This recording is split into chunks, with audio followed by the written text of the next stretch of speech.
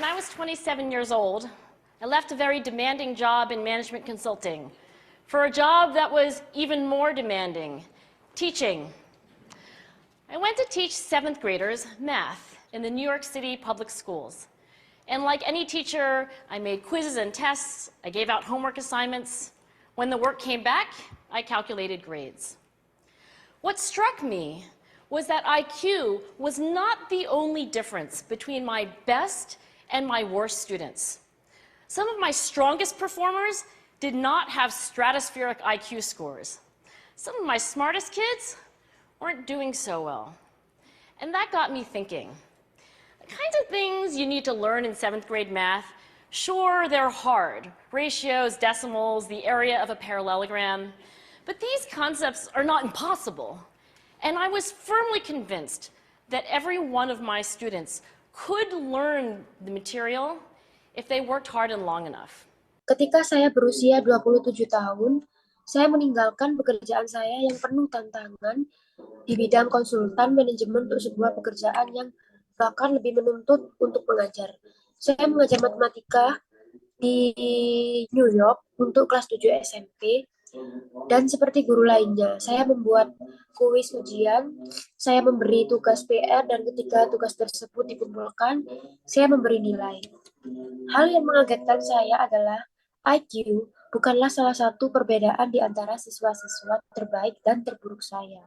Beberapa dari mereka yang mendapatkan nilai terbaik tidak memiliki IQ yang tinggi, dan beberapa dari anak-anak yang paling cerdas tidak begitu berhasil.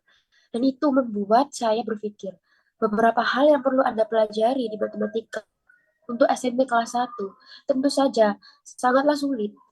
Perbandingan desimal, luas jaringan jajar genjang, teori-teori konsep ini bukan tidak mungkin.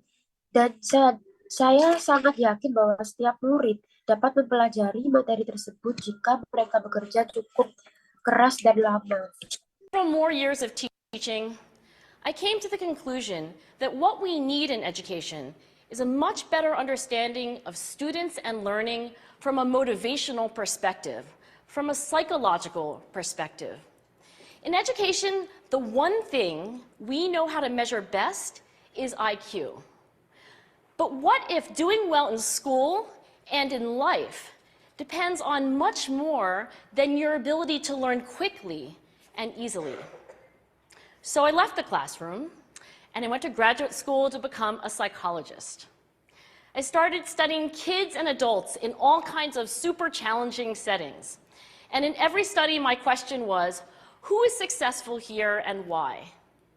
My research team and I went to West Point Military Academy. We tried to predict which cadets would stay in military training and which would drop out. We went to the National Spelling Bee and tried to predict which children would advance farthest in competition. We studied rookie teachers working in really tough neighborhoods, asking which teachers are still going to be here in teaching by the end of the school year. And of those, who will be the most effective at improving learning outcomes for their students?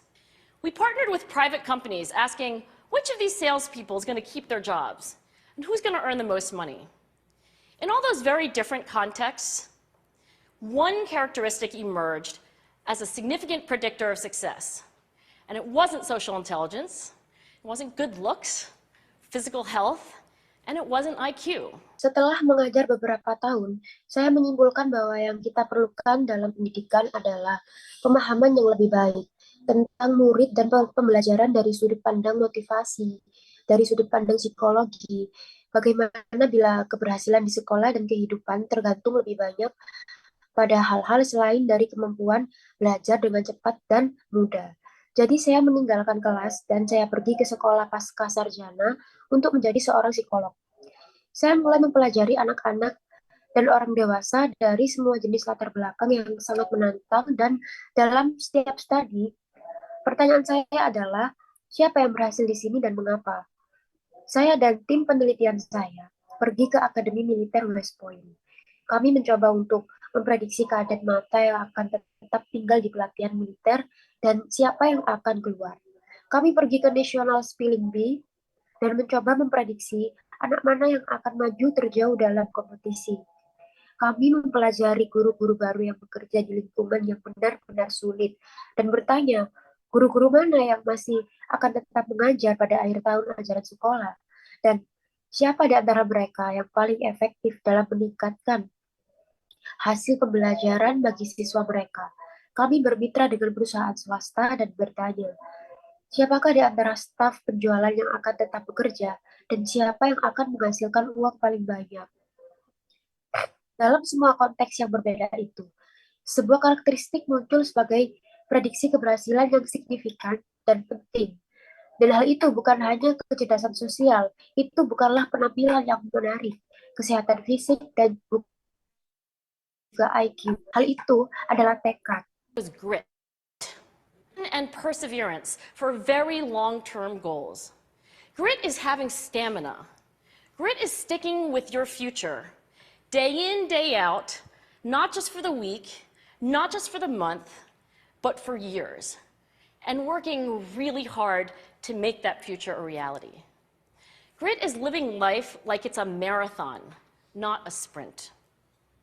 A few years ago, I started studying grit in the Chicago public schools. I asked thousands of high school juniors to take grit questionnaires and then waited around more than a year to see who would graduate.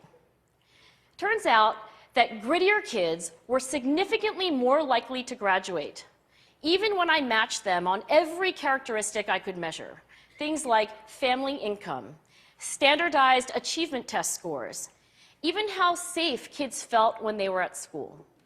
So it's not just at West Point or the National Spelling Bee that grit matters, it's also in school, especially for kids at risk for dropping out. Tekad adalah semangat dan ketekunan untuk tujuan jangka panjang.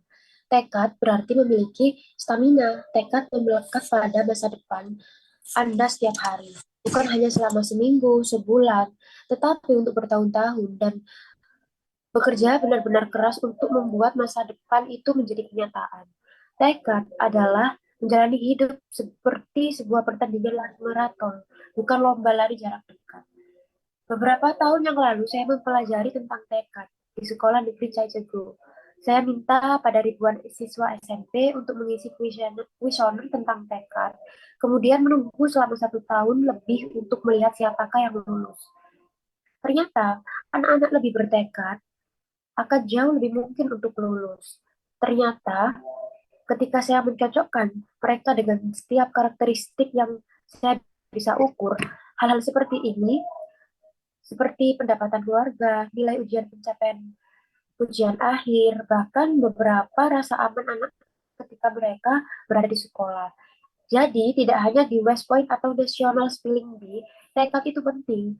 Hal itu juga berlaku di sekolah, terutama pada anak-anak yang bersifat putus sekolah. To me, the most shocking thing about grit is how little we know, how little science knows about building it. Every day, parents and teachers ask me, how do I build grit in kids? What do I do to teach kids a solid work ethic? How do I keep them motivated for the long run? The honest answer is, I don't know. What I do know is that talent doesn't make you gritty. Our data show very clearly that there are many talented individuals who simply do not follow through on their commitments. In fact, in our data, grit is usually unrelated or even inversely related to measures of talent. So far, the best idea I've heard about building grit in kids is something called growth mindset. This is an idea developed at Stanford University by Carol Dweck, and it is the belief that the ability to learn is not fixed, that it can change with your effort. Dr. Dweck has shown that when kids read and learn about the brain and how it changes and grows in response to challenge, they're much more likely to persevere when they fail because they don't believe that failure is a permanent condition. So growth mindset is a great idea for building grit.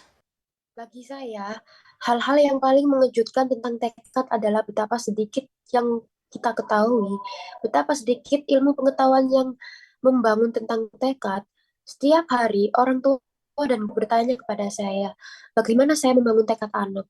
Apa yang harus saya lakukan untuk mengajar anak-anak dengan kuat, membangun tekad anak? Bagaimana cara menjaga mereka untuk tetap termotivasi dalam jangka panjang? Jawaban yang jujur adalah saya tidak tahu. Apa yang saya ketahui adalah bahwa bakat tidak membuat Anda memiliki tekad. Data kami menunjukkan dengan sangat jelas bahwa ada banyak individu berbakat yang tidak mengikuti komitmen mereka. Pada kenyataannya, dalam data kami, tekad biasanya tidak berhubungan atau bahkan berbanding terbalik dengan besarnya bakat. Sejauh ini, ide terbaik yang pernah saya dengar tentang membangun tekad pada anak-anak adalah sesuatu yang disebut pola pikir yang berkembang. Ini adalah sebuah ide yang dikembangkan di Universitas Stanford oleh Carol Dweck. Itu adalah kepercayaan bahwa kemampuan untuk belajar dapat berubah, bahwa hal itu dapat berubah dengan usaha Anda. Dr. Dweck telah menunjukkan bahwa ketika anak-anak membaca dan belajar tentang otak, bagaimana otak berubah dan berkembang dalam menanggapi tantangan, mereka cenderung lebih tekun saat mereka gagal karena mereka tidak percaya bahwa kegagalan adalah kondisi yang permanen. Jadi, pola pikir yang berkembang adalah ide yang bagus untuk membangun tekad.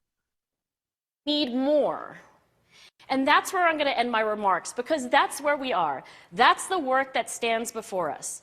We need to take our best ideas, our strongest intuitions, and we need to test them. We need to measure whether we've been successful, and we have to be willing to fail, to be wrong, to start over again with lessons learned.